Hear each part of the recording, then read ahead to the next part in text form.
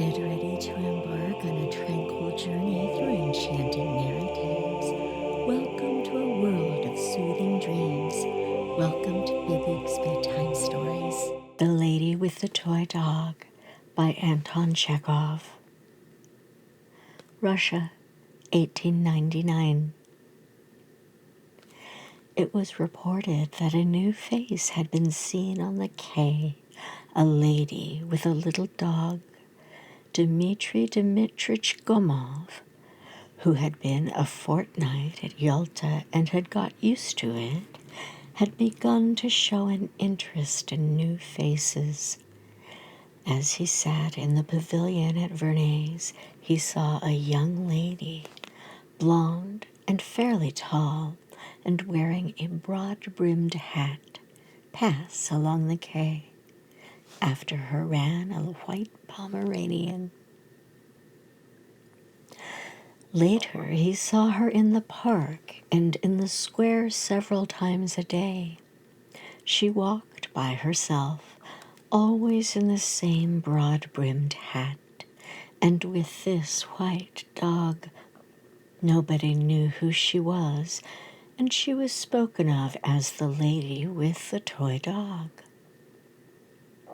If, thought Gomov, if she is here without a husband or a friend, it would be as well to make her acquaintance. He was not yet 40, but he had a daughter of 12 and 2 boys at school. He had married young, in his second year at the university, and now his wife seemed half as old again as himself. She was a tall woman with dark eyebrows, erect, grave, stolid, and she thought herself an intellectual woman. She read a great deal, called her husband not Dmitri but Dmitri, and in his private mind he thought her short-witted, narrow-minded, and ungracious. He was afraid of her and disliked being at home. He had begun to betray her with other women long ago, betrayed her frequently, and probably for that reason nearly always spoke ill of women, and when they were discussed in his presence, he would maintain that they were an inferior race. It seemed to him that his experience was bitter enough to give him the right to call them any name he liked, but he could not live a couple of days without the inferior race. With men, he was bored and ill at ease, cold and unable to talk, but when he was with women, he felt easy and knew what to talk about and how to behave, and even when he was silent with them, he felt quite comfortable. In his appearance as in his character, indeed in his whole nature, there was something attractive, indefinable, which drew women to him and charmed them. He knew it, and he, too, was drawn by some mysterious power to them. His frequent and, indeed, bitter experiences had taught him long ago that every affair of that kind, at first a divine diversion, a delicious, smooth adventure, is in the end a source of worry for a decent man, especially for men like those at Moscow who are slow to move, irresolute, domesticated, for it becomes at last an acute and extraordinarily complicated problem and a nuisance. But whenever he met and was interested in a new woman, then his experience would slip away from his memory, and he would long to live, and everything would seem so simple and amusing. And it so happened that one evening he dined in the gardens, and the lady in the broad-brimmed hat came up at a leisurely pace and sat at the next table. Her expression, her gait, her dress, her coiffure told him that she belonged to society, that she was married, that she was paying her first visit to Yalta, that she was alone, and that she was bored. There is a great deal of untruth in the gossip about the immortality of the place. He scorned such tales, knowing that they were for the most part concocted by people who would be only too ready to sin if they had the chance. But when the lady sat down at the next table, only a yard or two away from him, his thoughts were filled with tales of easy conquests, of trips to the mountains, and he was suddenly possessed by the alluring idea of a quick transitory liaison, a moment's affair with an unknown woman who he knew not even by name. He beckoned to the little dog, and when it came up to him, wagged his finger at it. The dog began to growl. Gomov again wagged his finger. The lady glanced at him and at once cast her eyes down. "He won't bite," she said, and blushed. "May I give him a bone?" And when she nodded emphatically, he asked affably, "Have you been in Yalta long?" "About 5 days." "And I am just dragging through my second week." They were silent for a while. "Time goes quickly," she said, "and it is amazingly boring here." It is the usual thing to say that it is boring here. People live quite happily in dull holes like Bieliev or Zhidra, but as soon as they come here they say, "How boring it is, the very dregs of dullness. One would think they came from Spain." She smiled. Then both went on eating in silence, as though they did not know each other. But after dinner they went off together, and then began an easy, playful conversation, as though they were perfectly happy, and it was all one to them where they went or what they talked of. They walked and talked of how the sea was strangely luminous, the water lilac, so soft and warm, and athwart it the moon cast a golden streak. They said how stifling it was after the hot day. Gomov told her how he came from Moscow and was a philologist by education, but in a bank by profession, and how he had once wanted to sing in opera but gave it up, and how he had 2 houses in Moscow. And from her he learned that she came from Petersburg, was born there, but married at S, where she had been living for the past 2 years, that she would stay another month at Yalta, and perhaps her husband would come for her, because he too needed a rest.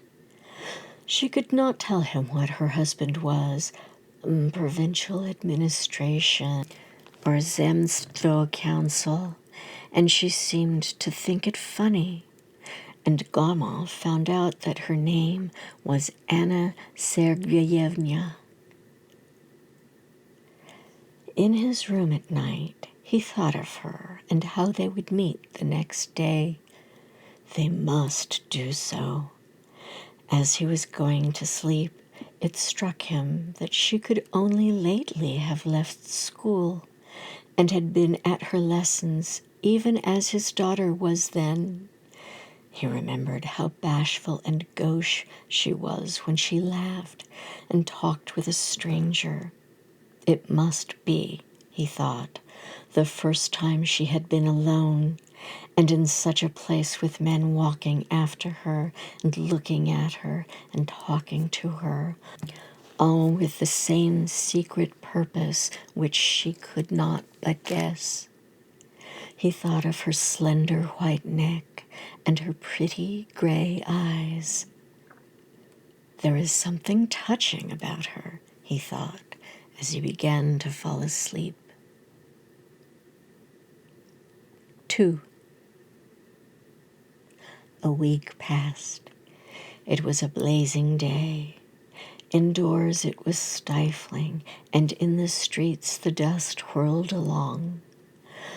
All day long he was plagued with thirst, and he came into the pavilion every few minutes and offered Anna Sergeyevna an iced drink or an ice. It was impossibly hot. In the evening, when the air was fresher, they walked to the jetty to see the steamer come in.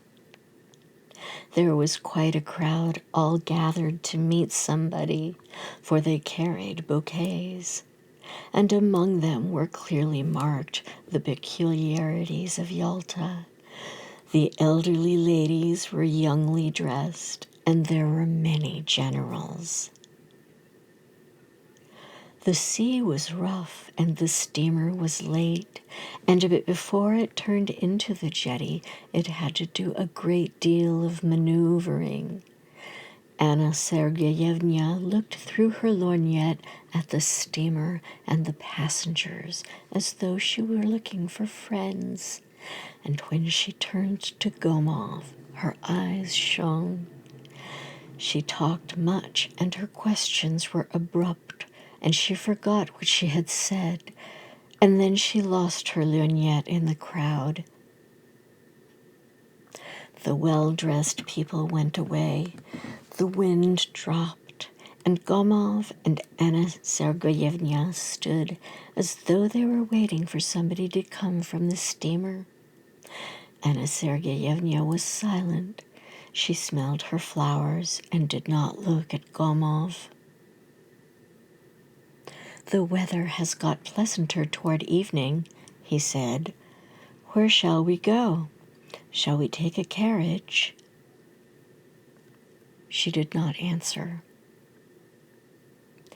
He fixed his eyes on her and suddenly embraced her and kissed her lips, and he was kindled with the perfume and the moisture of the flowers. At once he started and looked round. Had not someone seen? Let us go to your, he murmured, and they quickly walked away. Her room was stifling and smelled of scents which she had bought at the Japanese shop. Gomov looked at her and thought, what strange chances there are in life.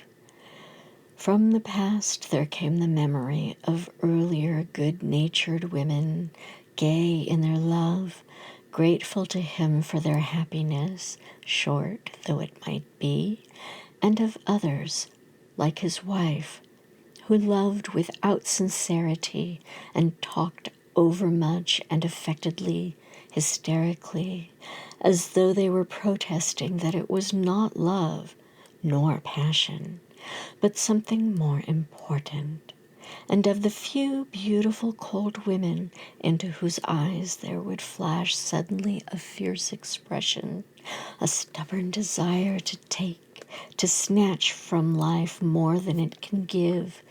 They were no longer in their first youth. They were capricious, unstable, domineering, imprudent, and when Gomov became cold toward them, then their beauty roused him to hatred, and the lace on their lingerie reminded him of the scales of fish.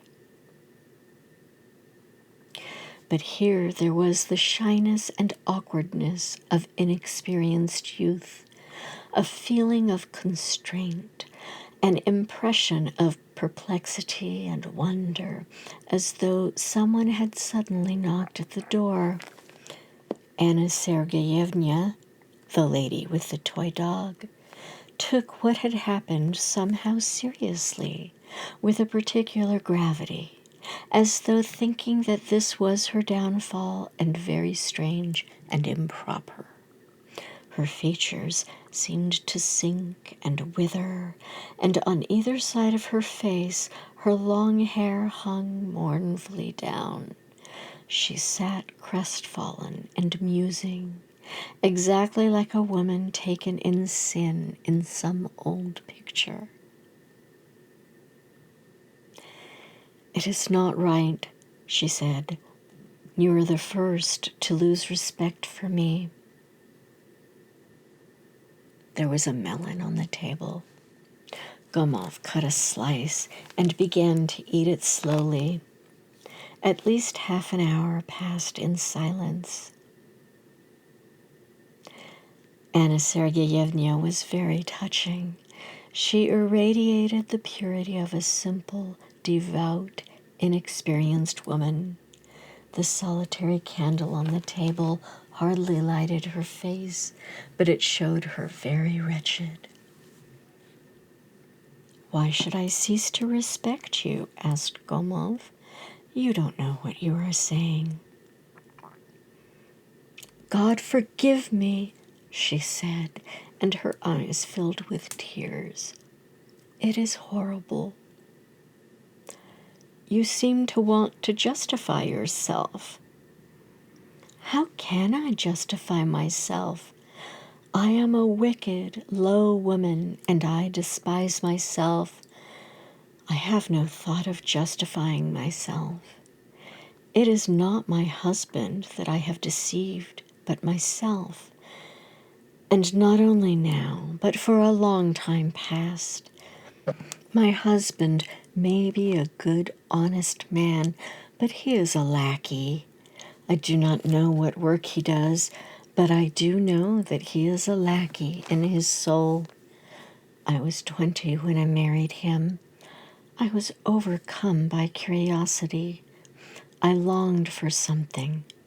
Surely, I said to myself, there is another kind of life. I longed to live and to live. Curiosity burned me up. You do not understand it, but I swear by God, I could no longer control myself. Something strange was going on in me. I could not hold myself in. I told my husband that I was ill and came here, and here I have been, walking about dizzily like a lunatic. And now I have become a low, filthy woman whom everybody may despise. Gomov was already bored. Her simple words irritated him with their unexpected and inappropriate repentance. But for the tears in her eyes, he might have thought her to be joking or playing a part. "I do not understand," he said quietly. "What do you want?" She hid her face in his bosom and pressed close to him. Believe me, I implore you," she said. "I love a pure, honest life, and sin is revolting to me. I don't know myself what I am doing. Simple people say, the devil entrapped me, and I can say of myself, the evil one tempted me." Don't, he murmured.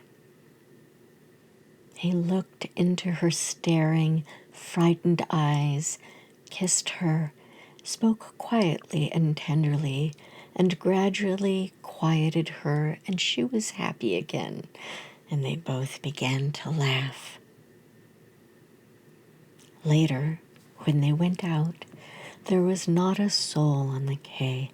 The town with its cypresses looked like a city of the dead, but the sea still roared and broke against the shore. A boat swung on the waves, and in it sleepily twinkled the light of a lantern. They found a cab and drove out to the Oreanda.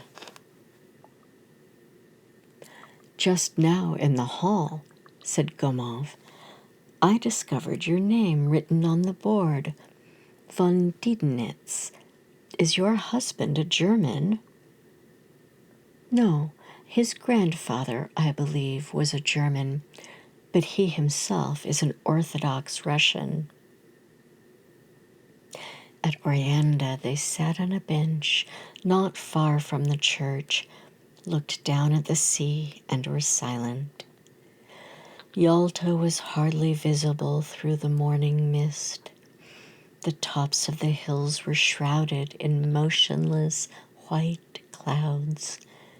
The leaves of the trees never stirred, the cicadas trilled, and the monotonous dull sound of the sea coming up from below spoke of the rest, the eternal sleep awaiting us. So the sea roared when there was neither Yalta nor Oreanda, and so it roars and will roar dully, indifferently, when we shall be no more. And in this continual indifference to the life and death of each of us lives pent up the pledge of our eternal salvation, of the uninterrupted movement of life on earth and its unceasing perfection. Sitting side by side with a young woman who in the dawn seemed so beautiful, Gomov, appeased and enchanted by the sight of the fairy scene, the sea, the mountains, the clouds, the wide sky, thought how at bottom, if it were thoroughly explored, everything on earth was beautiful, everything, except what we ourselves think and do when we forget the higher purposes of life and our own human dignity. A man came up, a coast guard, and gave a look at them, then went away. He, too, seemed mysterious and enchanted. A steamer came over from Feodosia by the light of the morning air, by the light of the morning star, its own lights already put out. "There is dew on the grass," said Anna Sergeyevna after silence. "Yes, it is time to go home." They returned to the town. Then every afternoon they met on the quay and lunched together, dined, walked, enjoyed the sea. She complained that she slept badly, that her heart beat alarmingly. She would ask the same question over and over again, and was troubled now by jealousy, now by fear that he did not sufficiently respect her. And often in the square or the gardens, when there was no one near, he would draw her close and kiss her passionately. Their complete idleness, these kisses in the full daylight, given timidly and fearfully lest anyone should see, the heat, the smell of the sea, and the continual brilliant parade of leisured, well-dressed, well-fed people almost regenerated him. He would tell Anna Sergeyevna how delightful she was, how tempting. He was impatiently passionate, never left her side, and she would often brood, and even asked him to confess that he did not respect her, did not love her at all, and only saw in her a loose woman. Almost every evening, rather late, They would drive out of the town to Orienda,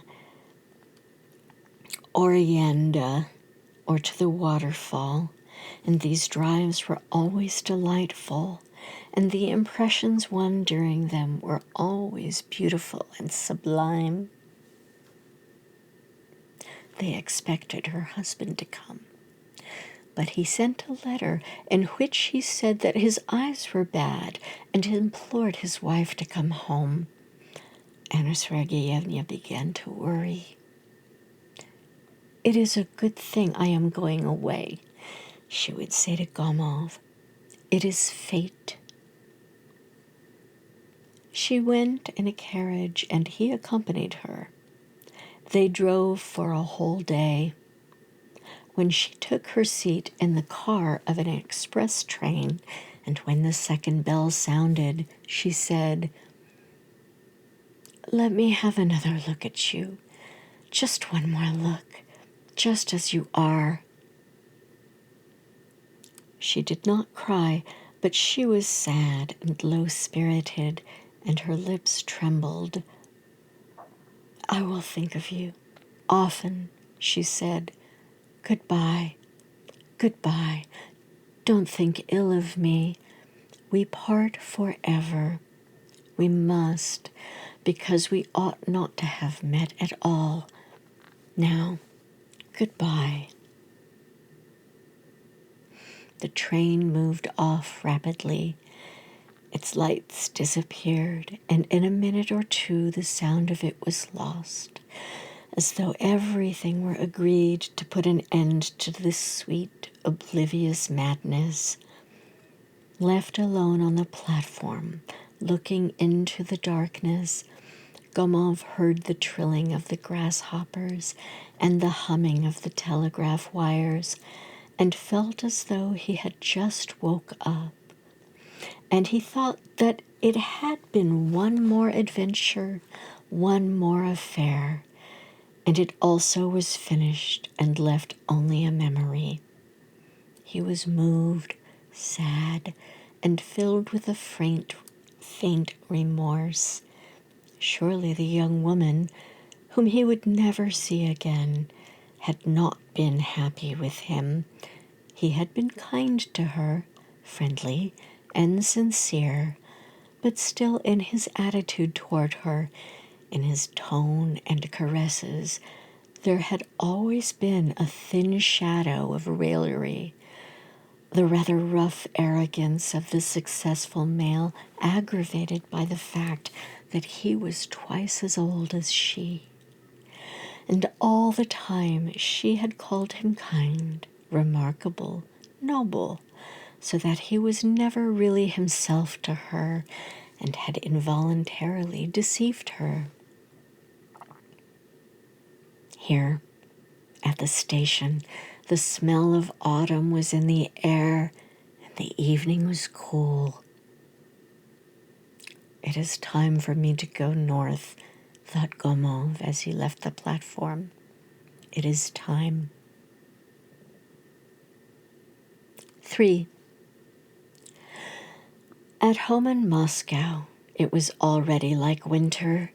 The stoves were heated, and in the mornings, when the children were getting ready to go to school and had their tea, it was dark, and their nurse lighted the lamp for a short while.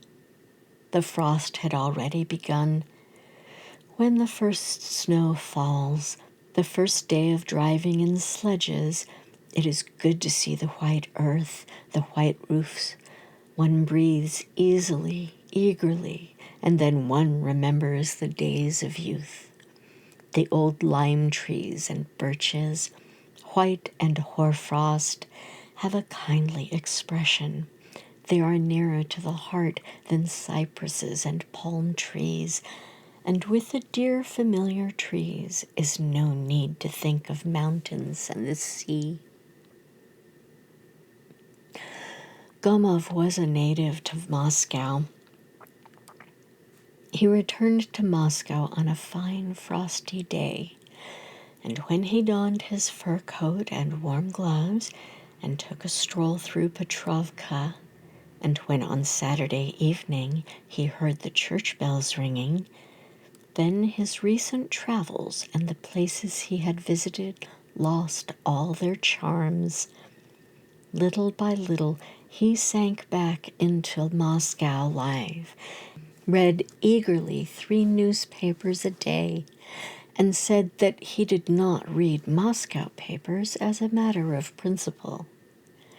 He was drawn into a round of restaurants, clubs, dinner parties, and he was flattered to have his house frequented by famous lawyers and actors, and to play cards with a professor at the university club. He could eat a whole plateful of hot selyanka. So a month would pass, and Anna Sergeyevna, he thought, would be lost in the mists of memory, and only rarely would she visit his dreams with her touching smile, just as other women had done. But more than a month passed, full winter came, and in his memory everything was clear, as though he had just parted from Anna Sergeyevna only yesterday. And his memory was lit by a light that grew ever stronger. No matter how, through the voices of his children saying their lessons, penetrating to the evening stillness of his study, through hearing a song, or the music in a restaurant, or the snowstorm howling in the chimney, suddenly the whole thing would come to life again in his memory.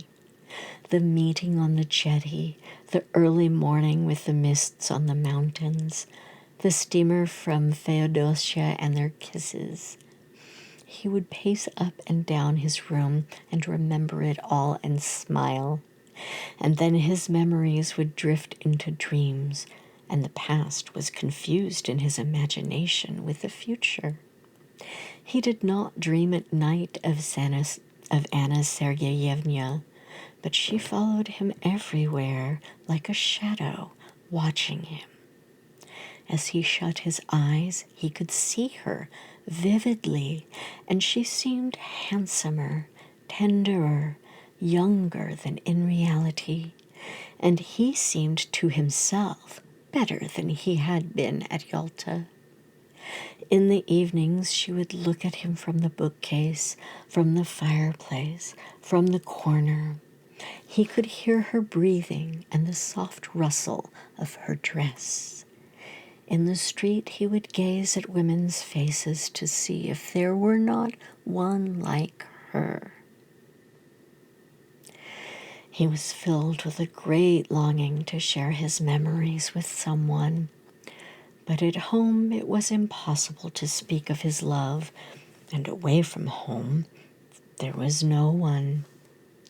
Impossible to talk to her, to the other people in the house and the men at the bank. And talk of what? Had he loved then?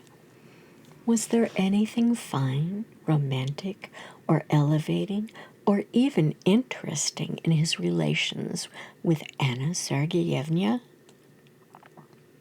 And he would speak vaguely of love, of women, and nobody guessed what was the matter, and only his wife would raise her dark eyebrows and say, "Dmitri, the role of coxcomb does not suit you at all." One night, as he was coming out of the club with his partner, an official, he could not help saying, "If only I could tell you what a fascinating woman I met at Yalta." The official seated himself in his sledge and drove off, but suddenly called, "Dmitri Dmitrich!" Yes, you were right. The sturgeon was tainted. These banal words suddenly roused Gomov's indignation. They seemed to him degrading and impure. What barbarous customs and people! What preposterous nights, what dull, empty days, furious card playing, gormandizing, drinking, endless conversations about the same things, futile activities and conversations taking up the best part of the day and all the best of man's forces, leaving only a stunted, wingless life, just rubbish. And to go away and escape was impossible. One might as well be in a lunatic asylum or in prison with hard labor. Gomov did not sleep that night, but lay burning with indignation, and then all next day he had a headache. And the following night he slept badly, sitting up in bed and thinking, or pacing from corner to corner of his room. His children bored him, the bank bored him, and he had no desire to go out or speak to anyone. In December, when the holidays came, he prepared to go on a journey and told his wife he was going to Petersburg to present a petition for a young friend of his, and went to S. Why? He did not know. He wanted to see Anna Sergeyevna, to talk to her, and if possible to arrange an assignation. He arrived at S in the morning and occupied the best room in the hotel, where the whole floor was covered with a gray canvas, and on the table there stood an inkstand, gray with dust, adorned with the horseman on a headless horse holding a net in his raised hand. The porter gave him the necessary information. Von Diednitz, Old Goncharnia Street, his own house, not far from the hotel, lives well, has his own horses. Everyone knows him. Gomov walked slowly to Old Goncharnia Street and found the house. In front of it was a long, gray fence spiked with nails. No getting over a fence like that, thought Gomov, glancing from the windows to the fence. He thought, today is a holiday, and her husband is probably at home. Besides, it would be tactless to call and upset her. If he sent a note, then it might fall into her husband's hands and spoil everything. It would be better to wait for an opportunity. And he went on, walking up and down the street and round the fence, waiting for his opportunity. He saw a beggar go in at the gate and the dogs attack him. He heard a piano, and the sounds came faintly to his ears. It must be Anna Sergeyevna playing. The door suddenly opened, and out of it came an old woman, and after her ran the familiar white Pomeranian. Gomov wanted to call the dog, but his heart suddenly began to thump, and in his agitation he could not remember the dog's name. He walked on, and more he hated the gray fence and thought with a gust of irritation that Anna Sergeyevna had already forgotten him, and he was perhaps already amusing herself with someone else, as would be only natural in a young woman forced from morning to night to behold the accursed fence. He returned to his room and sat for a long time on the sofa, not knowing what to do. Then he dined and afterward slept for a long while. How idiotic and tiresome it all is, he thought as he awoke and saw the dark windows, for it was evening. I've had sleep enough, and what shall I do tonight? He sat on his bed, which was covered with a cheap gray blanket, exactly like those used in a hospital, and tormented himself. So much for the lady with the toy dog. So much for the great adventure. Here you sit. However, in the morning, at the station, his eye had been caught by a poster with large letters. First performance of The Geisha. He remembered that and went to the theater. It is quite possible she will go to the first performance, he thought. The theater was full and, as usual in all provincial theaters, there was a thick mist above the lights. The gallery was noisily restless. In the first row before the opening of the performance stood the local dandies with their hands behind their backs, and there in the governor's box in front sat the governor's daughter, and the governor himself sat modestly behind the curtain, and only his hands were visible. The curtain quivered. The orchestra tuned up for a long time. And while the audience were coming in and taking their seats, Gomov gazed eagerly round. At last, Anna Sergeyevna came in. She took her seat in the third row, and when Gomov glanced at her, his heart ached, and he knew that for him there was no one in the whole world nearer, dearer, and more important than she. She was lost in this provincial rabble, the little undistinguished woman with a common lorgnette in her hands. Yet she filled his whole life.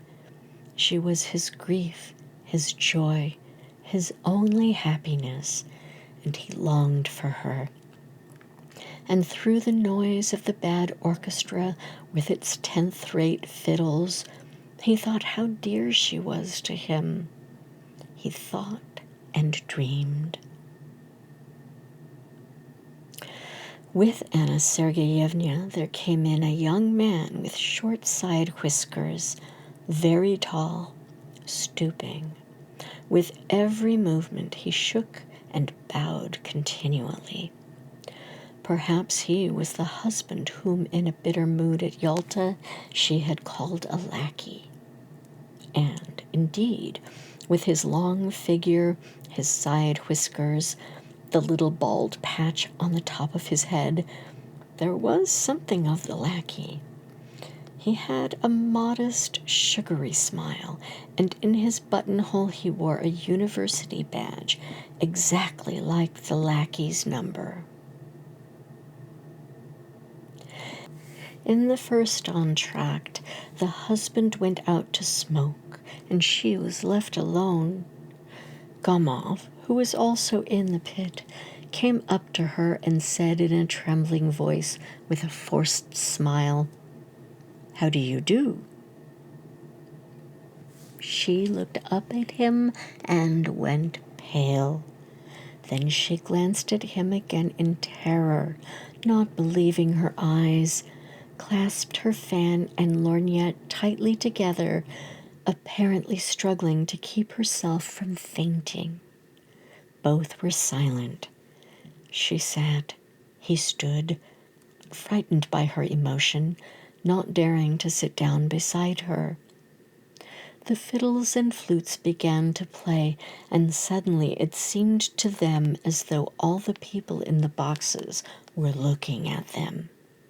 She got up and walked quickly to the exit. He followed, and both walked absently along the corridors, down the stairs, up the stairs, with the crowd shifting and shimmering before their eyes, all kinds of uniforms, judges, teachers, crown estates, and all with badges. Ladies shone and shimmered before them like fur coats on moving rows of clothes pegs. and there was a draft howling through a place laden with the smell of tobacco and cigar ends. And Gomov, whose heart was thudding wildly, thought, "Oh, Lord, why all these men and that beastly orchestra?" At that very moment he remembered how, when he had seen Anna Sergeyevna off that evening at the station, he had said to himself that everything was over between them and they would never meet again. And now how far off they were from the end. On a narrow, dark staircase over which was written, "This way to the amphitheater," she stopped. "How you frightened me," she said, breathing heavily, still pale and apparently stupefied. "Oh, how you frightened me. I am nearly dead. Why did you come? Why?" "Understand me, Anna," he whispered quickly. "I implore you to understand." She looked at him fearfully, in entreaty, with love in her eyes, gazing fixedly to gather up in her memory every one of his features. "I suffer so," she went on, not listening to him. "All the time I thought only of you. I lived with thoughts of you, and I wanted to forget, but why did you come?" A little above them, on the landing, two schoolboys stood and smoked and looked down at them, but Gomov did not care. He drew her to him and began to kiss her cheeks, her hands. "What are you doing? What are you doing?" she said in terror, thrusting him away. "We were both mad. Go away tonight. You must go away at once. I implore you, by everything you hold sacred, I implore you. The people are coming." Someone passed them on the stairs. "You must go away," Anna Sergeyevna went on in a whisper. "Do you hear, Dmitri Dmitrich? I'll come to you in Moscow. I never was happy. Now I am unhappy, and I shall never be happy, never. Don't make me suffer even more. I swear I'll come to Moscow. And now let us part. My dear, dearest darling, let us part." She pressed his hand and began to go quickly downstairs, all the while looking back at him, and in her eyes showed plainly that she was most unhappy. Gomov stood for a while, listened. Then, when all was quiet, he found his coat and left the theater. 4. And Anna Sergeyevna began to come to him in Moscow. Once every 2 or 3 months she would leave S, telling her husband that she was going to consult a specialist in women's diseases. Her husband half believed and half disbelieved her. At Moscow she would stay at the Slavyansky Bazaar and send a message at once to Gomov. He would come to her, and nobody in Moscow knew. Once, as he was going to her as usual one winter morning, he had not received her message the night before. He had his daughter with him, for he was taking her to school, which was on the way. Great wet flakes of snow were falling. 3 degrees above freezing, he said, and still the snow is falling. But the warmth is only on the surface of the earth. In the upper strata of the atmosphere, there is quite a different temperature. "Yes, Papa." Why is there no thunder in winter? He explained this too, and as he spoke he thought of his assignation, and that not a living soul knew of it, or ever would know. He had 2 lives, one obvious, which everyone could see and know if they were sufficiently interested, a life full of conventional truth and conventional fraud, exactly like the lives of his friends and acquaintances, and another, which moved underground.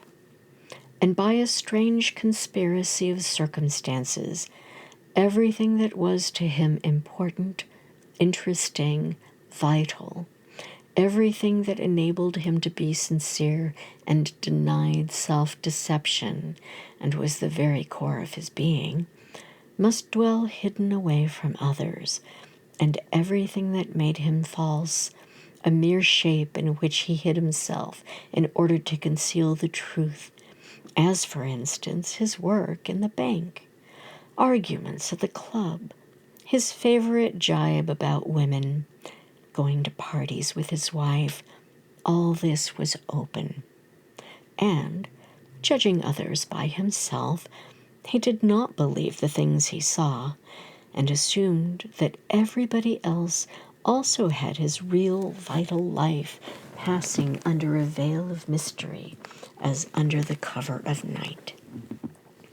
Every man's intimate existence is kept mysterious, and perhaps, in part, because of that, civilized people are so nervously anxious that a personal secret should be respected. When he had left his daughter at school, Gomov went to the Slavina ski bazaar. He took off his fur coat downstairs, went up, and knocked quietly at the door. Anna Sergeyevna, wearing his favorite gray dress, tired by the journey, had been expecting him to come all night. She was pale and looked at him without a smile, and flung herself on his breast as soon as he entered. Their kiss was long and lingering, as though they had not seen each other for a couple of years. "Well, how are you getting on down there?" he asked. "What is your news?" "Wait, I'll tell you presently. I cannot." She could not speak, for she was weeping. She turned her face from him and dried her eyes. Well, let her cry a bit. "I'll wait," he thought, and sat down. Then he rang and ordered tea, and then, as he drank it, she stood and gazed out of the window. She was weeping in distress, in the bitter knowledge that their life had fallen out so sadly, only seeing each other in secret, hiding themselves away like thieves. Was not their life crushed? "Don't cry. Don't cry," he said. It was clear to him that their love was yet far from its end, which there was no seeing. Anna Sergeyevna was more and more passionately attached to him. She adored him, and it was inconceivable that he should tell her that their love must someday end. She would not believe it.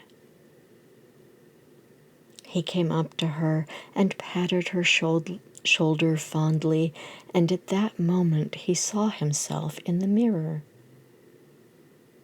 His hair was already going gray, and it seemed strange to him that in the last few years he should have got so old and ugly.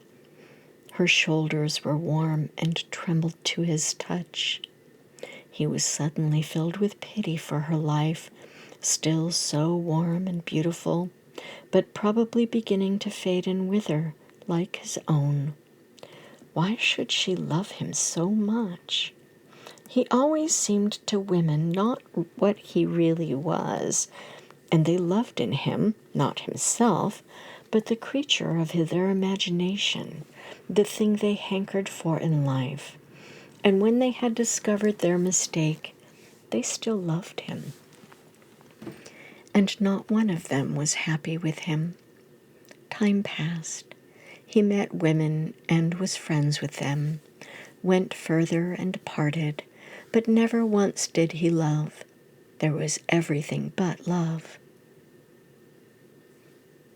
And now at last, when his hair was gray, he had fallen in love, real love, for the first time in his life. Anna Sergeyevna and he loved one another like dear kindred, like husband and wife, like devoted friends. It seemed to them that fate had destined them for one another, and it was inconceivable that he should have a wife, she a husband. They were like two birds of passage, a male and a female, which had been caught and forced to live in separate cages. They had forgiven each other all the past of which they were ashamed. They forgave everything in the present, and they felt that their love had changed both of them. Formerly, when he had felt a melancholy compunction, he used to comfort himself with all kinds of arguments, just as they happened to cross his mind. But now he was far removed from any such ideas. He was filled with a profound pity, and he desired to be tender and sincere. "Don't cry, my darling," he said. "You have cried enough. Now let us talk and see if we can't find some way out." Then they talked it over and tried to discover some means of avoiding the necessity for concealment and deception, and the torment of living in different towns, and of not seeing each other for a long time. How could they shake off these intolerable fetters? How, he asked, holding his head in his hands. How? And it seemed that but a little while and the solution would be found, and there would begin a lovely new life. And to both of them it was clear that the end was still very far off, and that their hardest and most difficult period was only just beginning.